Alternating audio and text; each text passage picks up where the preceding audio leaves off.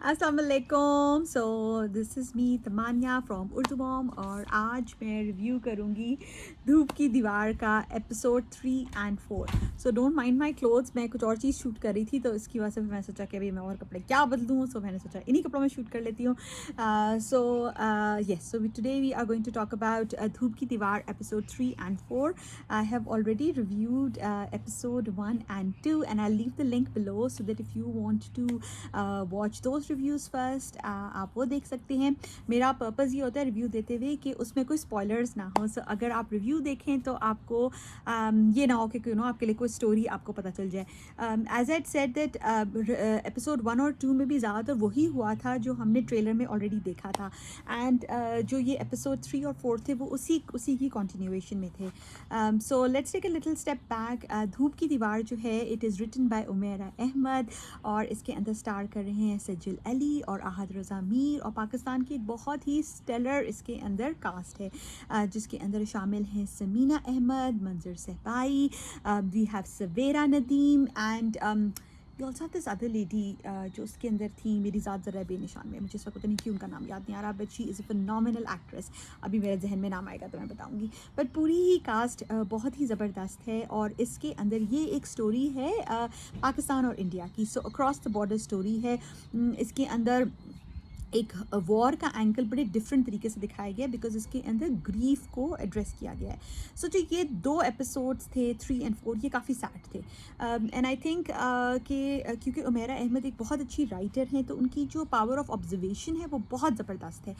सो उन्होंने जो ग्रीफ होता है वो शुरू में ऑफ कोर्स होता है कि जब किसी की भी फैमिली में कोई ट्रेजेडी होती है तो उस वक्त बहुत लोग जमा होते हैं और बहुत लोग सपोर्ट देते हैं और आपको आपका बहुत ख्याल रखते हैं। फिर आहिस्ता आहिस्ता लोग अपनी ज़िंदगी में वापस चले जाते हैं और जो सिर्फ जो भी बंदा गया होता है, जो उसके करीबी लोग होते हैं वो रह जाते हैं उस आफ्टर मैथ को समेटने के अंदर और दे हैव टू गैदर अपनी दोबारा से ज़िंदगी। और यही इस एपिसोड 3 और 4 में दिखाया गया।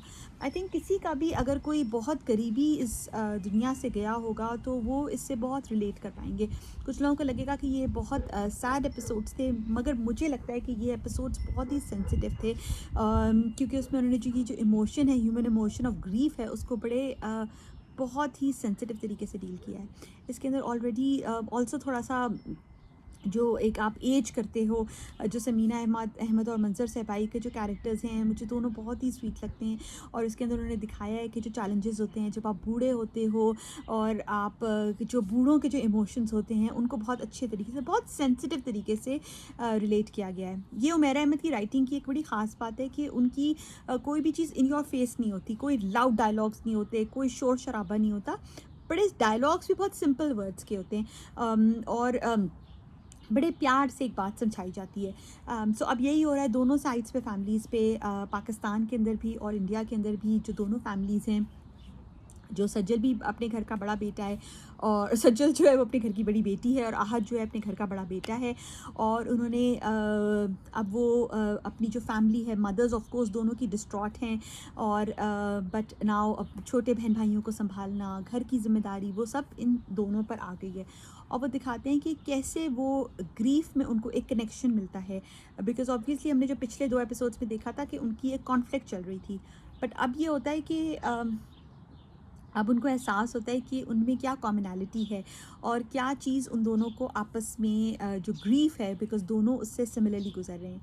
ऑल्सो हम कितनी दफ़ा अखबार में ख़बर देखते हैं और टीवी पे ख़बर देखते हैं कि आज एक बॉर्डर पे झड़प हुई और जो कोई सिपाही थे, ऑफिसर्स थे, वो शहीद हो गए और हम उनकी फ़ैमिली के बारे में हम उसी वक्त उनको फैमिली को देखते हैं, उस वक्त उनको बड़ी इंपॉर्टेंस दी जाती है। उनके साथ बाद में क्या होता है और उन्होंने इसमें यही दिखाया है कि ये जो बच्चे होते हैं उस वक्त ऑफ कोर्स इनके फादर्स को बहुत ही रिकग्निशन दी जाती है, बट एक हफ़्ते बाद कोई और वाक़या हो जाता है और इसी तरह कोई और फैमिली सफ़र करती है और इन बच्चों को एहसास होता है कि ये तो चलता जा रहा है, ये कब से चला जा रहा है और कब तक चलता जाएगा।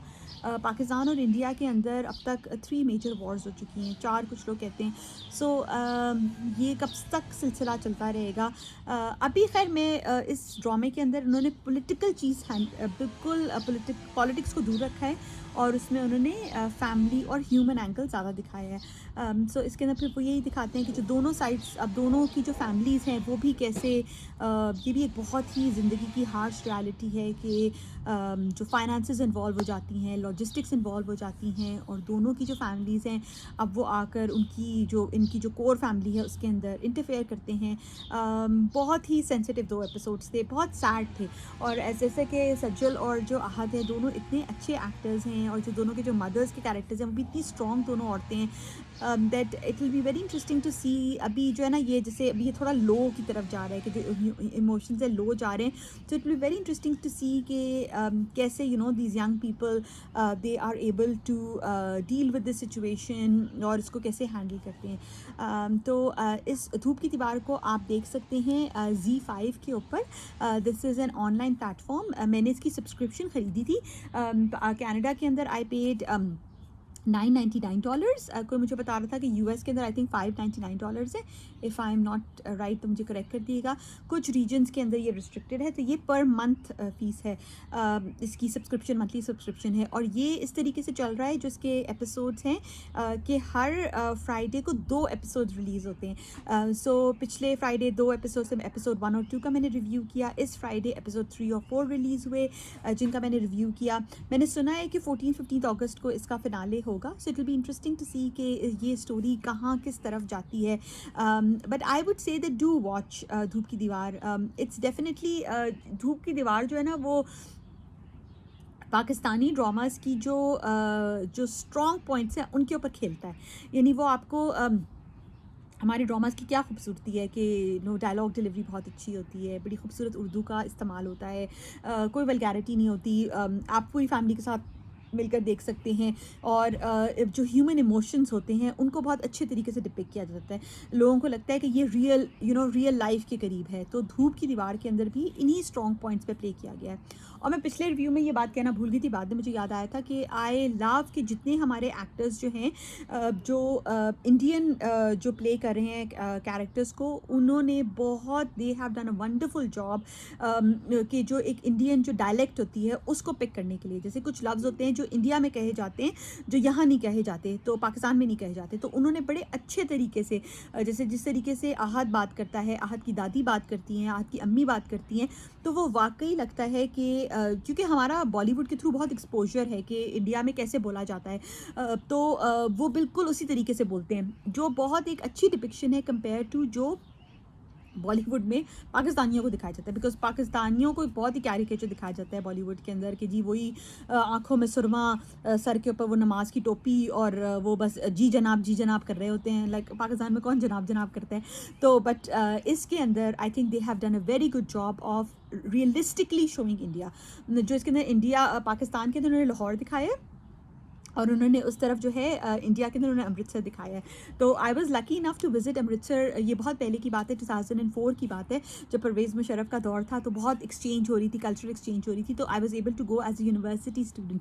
तो हमने पास थ्रू किया था अमृतसर के थ्रू, और तो बड़ा अच्छा लगता है इंडिया की एक बड़ी positive depiction, like in a sense कि रियलिस्टिक डिपिक्शन देखकर कि एक एफर्ट की गई है ताकि कोई ये ना हो कि कोई टर्न ऑफ हो जाए। क्योंकि कई दफ़ा जैसे हमारे साथ ये होता है कि अगर हम कोई देख रहे हो मूवी या शो देख रहे हो जिसके अंदर इंडिया में पाकिस्तानियों को दिखाया जाए, तो एक तो बड़ा सैडली कि बॉलीवुड मूवीज़ में यूजुअली पाकिस्तानियों को बहुत नेगेटिव दिखाया जाता है। अगर पॉजिटिव दिखाया भी जाए, तो अगर वो डिपिक्शन रियलिस्टिक ना हो, तो आपको लगता है कि यार थोड़ी सी तो एफर्ट कर लेते हैं, अगर ये तो देख लेते हैं कि हम पाकिस्तानी इस तरह बात नहीं करते कि वीर ज़ारा में तो लाइक क्या लगता है कि आपको कहा 18वीं सदी के अंदर कोई नवाबों वाली ऐसे कोई पाकिस्तान में बात नहीं करता। तो आई थिंक इसके अंदर उन्होंने बहुत मेहनत की है उसको रियलिस्टिकली दिखाने के लिए। तो अब लाइक इस ड्रामे की जो पेस है ना, वो बहुत स्लो है। It's a very slow pace drama, और you have to enjoy it for the craft, right, and you have to fall in love with the characters. Like right now I just love दोनों तरफ actually. मुझे जो आहत की दादी का भी मुझे कैरेक्टर बहुत अच्छा लगता है, मुझे वो आर्टिस्ट भी बहुत अच्छी लगती हैं। मैं उनका नाम गलत नहीं लेना चाहती, आई थिंक ज़ेब उनका नाम है। और इसी तरीके से मुझे इस तरफ सज्जल के जो दादा दादी हैं मुझे बहुत ही प्यारे लगते हैं, बहुत ही क्यूट है। तो you can really relate to those characters. So are you watching Dhoop Ki Diwar? Let me know if you're watching it.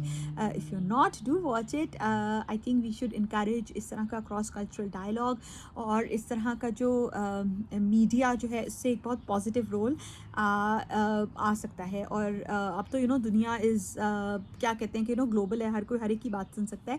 सो ये कि बहुत अच्छा तरीका है कि हम अपने टैलेंट को शोकेस करें और पीस की बात करें. So do let me know if you watching धूप की दीवार and how you like this interview. I tried to make it a no spoiler and I'll keep reviewing it, but I would love your feedback. Take care. Allah Hafiz.